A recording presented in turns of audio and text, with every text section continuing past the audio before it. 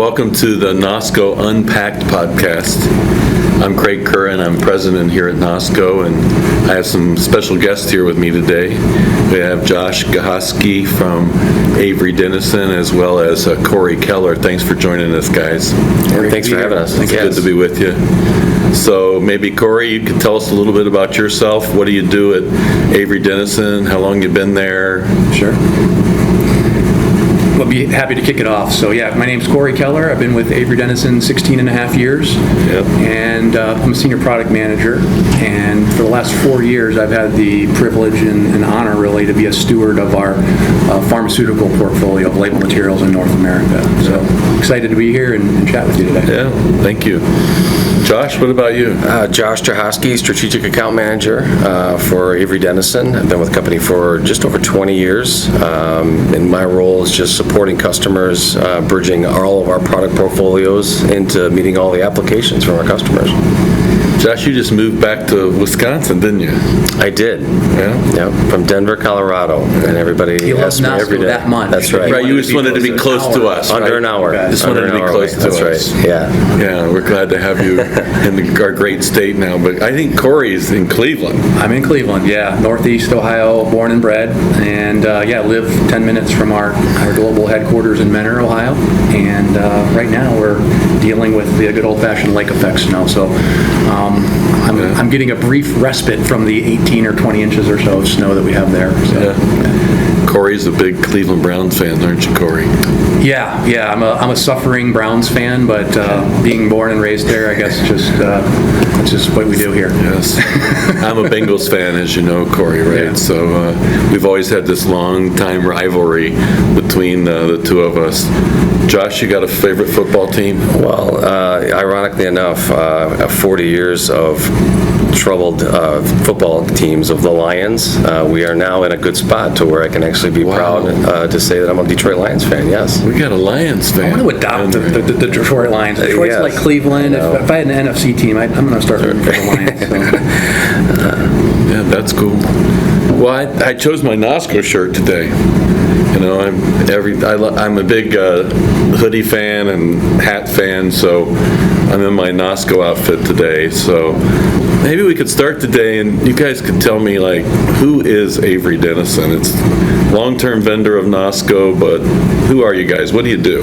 Absolutely. Avery Dennison is a label solutions supplier, a global supplier, well-known in the industry for label providing, and it's a company that is just all about solutions, anything from an RFID label to as simple as a dairy label to pharmaceutical labels, which are more critical in nature. So certainly we have a great group of people with a ton of knowledge. Fun fact, actually, next year we will be celebrating our 90th anniversary as a company.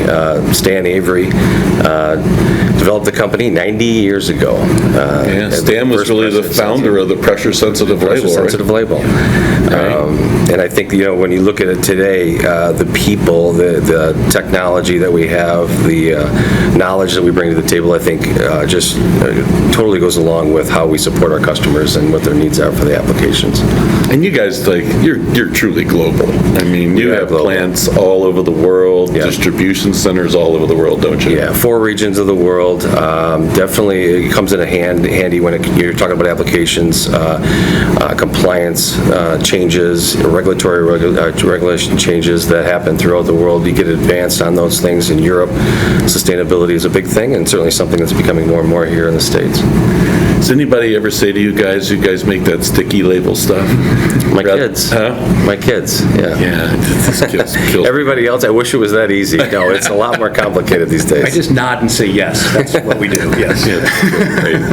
Like, I always have to tell everybody we're in the pressure-sensitive label business, and then I hear from my grandkids or whatever, something that, hey, you make those sticky labels, don't you, Grandpa? And I'm like, yeah, I guess. Yeah. But, Avery makes the sticky label stuff. We do. And supplies it to Nosco. What would you guys say, is Avery's, core competency? Is it paper pressure sensitive, film pressure sensitive, special type of adhesive. What do you guys think is like your real core competency? Yeah, I mean, I think it does harken back to like Stan Avery and that material science expertise as a whole. We have paper and film labels. I would say if you're talking about a true core competency where we're actually vertically integrated is in adhesive formulation and development. So we really pride ourselves in, for the most part, most of the adhesives that we use in our pressure sensitive constructions are homegrown.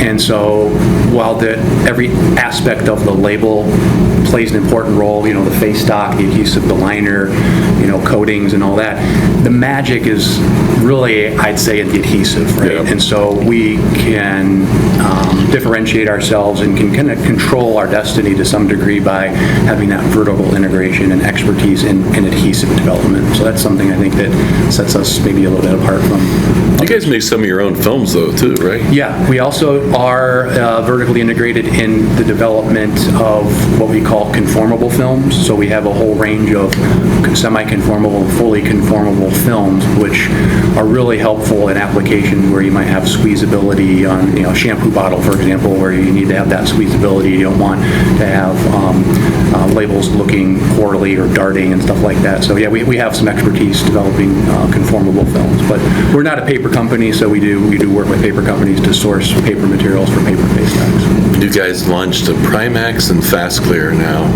a little over 30 years ago, and I think my company was one of the first ones to use it.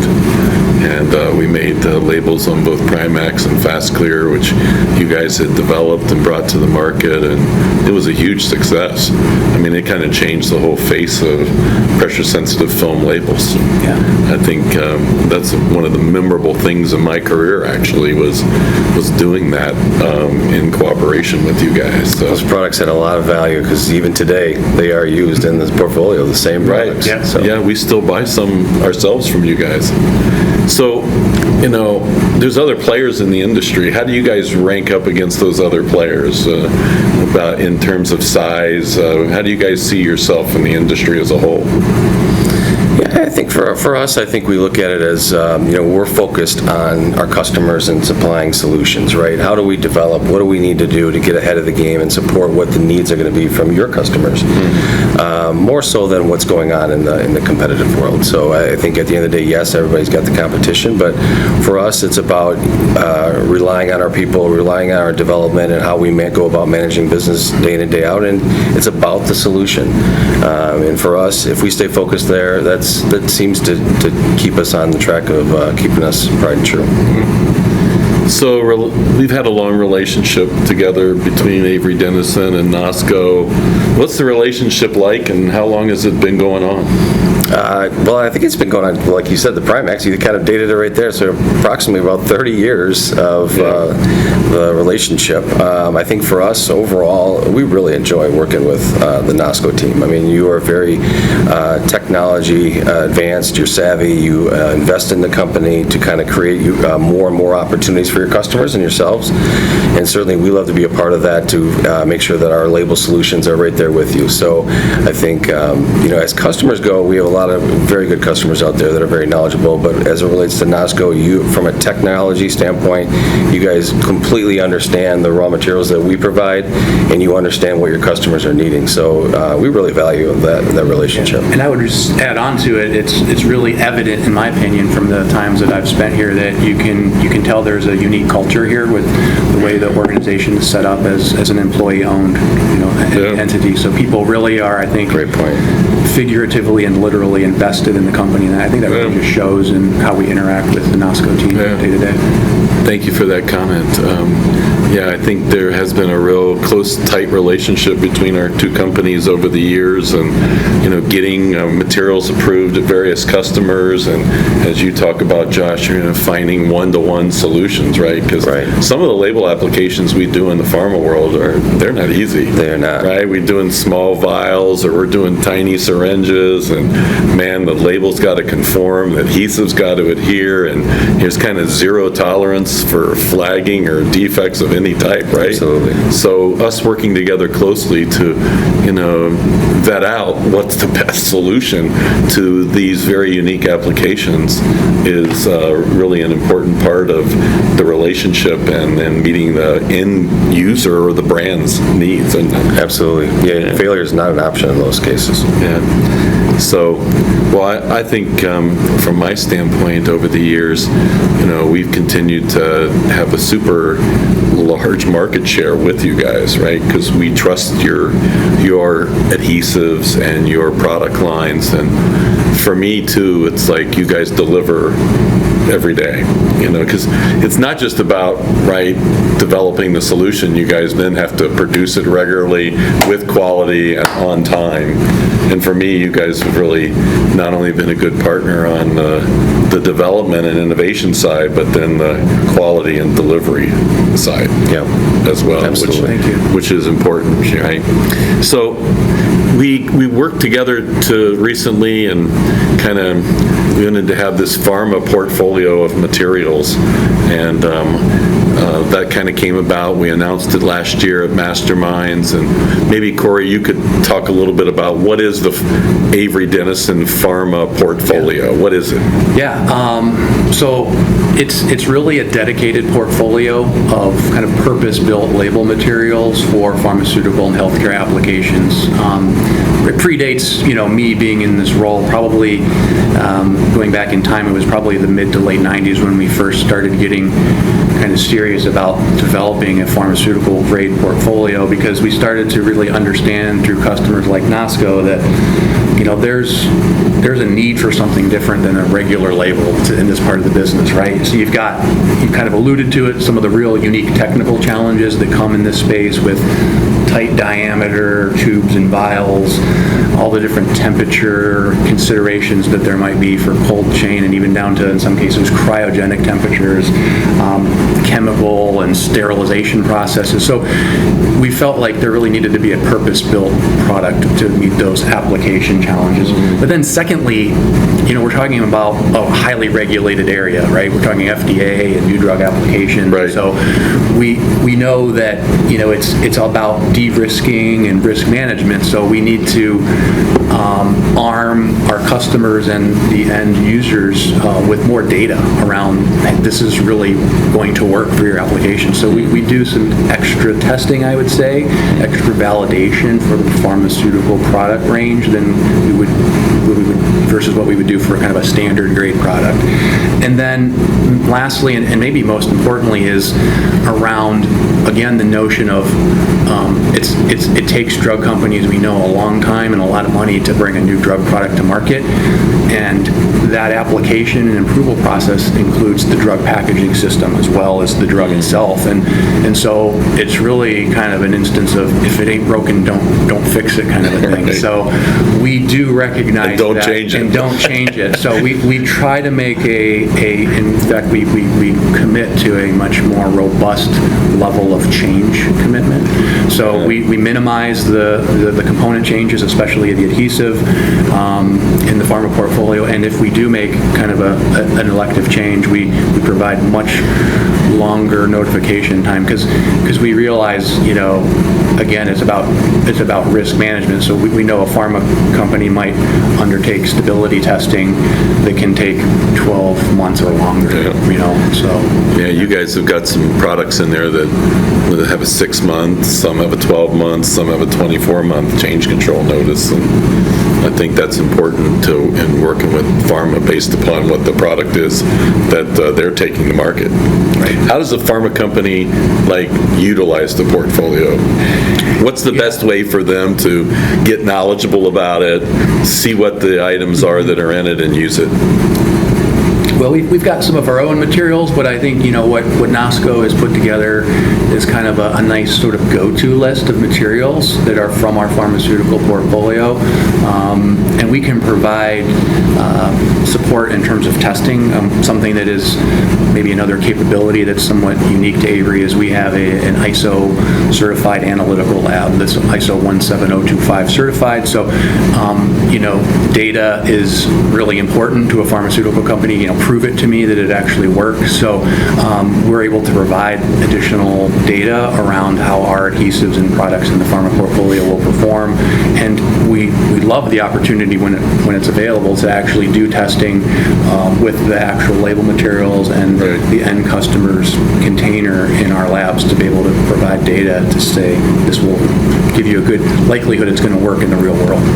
And you have some suggestions too based upon categories, don't you? I think you got suggestions for syringes, suggestions for ophthalmics. You kind of categorize your portfolio too, don't you? Good point. Yeah. So we've tried to make that selection a little bit easier to get you into the right ballpark, so to speak, by organizing them to those use cases or categories. So yeah, especially over the last few years through the pandemic with the vaccines and the biologic drugs and now the GLP-1 drugs that are out there, we've seen a lot of growth in the materials that are designed and work especially well for the tight mandrel applications and even for more cold chain and cryogenic type situations, because a lot of these biologic drugs are much more sensitive to variations in temperature. So that's something that we've seen as a growth area in our pharma portfolio for sure. Maybe let's transition a little bit out of pharma and just talk about real trends in the pressure-sensitive label industry, right? What would you guys say are some of the hot trends going on with pressure-sensitive? One, I'll just speak with, and I know you have a couple, but the sustainability is obviously one that is continuing to find its way through, and whether it's in pharmaceutical or any other area of the business, the need to be more sustainable, they do have environmentally be responsible for what we're doing in the industry is extremely important. I know Avery Dennison has a lot of their set goals that they are working towards and have set the timelines associated with that, and they're working very hard to make those things reality as it relates to customers, whether it's put upon them to change or if it's something that they need to do for their own sustainability initiatives. It's very real. It is very active out there, and I think there's solutions to support it, which is nice. You guys have a great portfolio you developed over the years. We talked about the pharma portfolio. You really have a sustainability group of materials, right, that have different capabilities, different features to them, and I think you guys have done a good job actually creating sustainable product portfolio that a brand can select from. Yeah. I mean, it used to be a situation where you had to use a very random product to feel like you're sustainable. Now there's different ways to do it to where you actually have good value, reduce the amount of materials you're using and still get the same output for, down gauging on films and so forth, or having something that does have some post-consumer wasteability, or be able to actually supply materials that do have support the recycling downstream as well.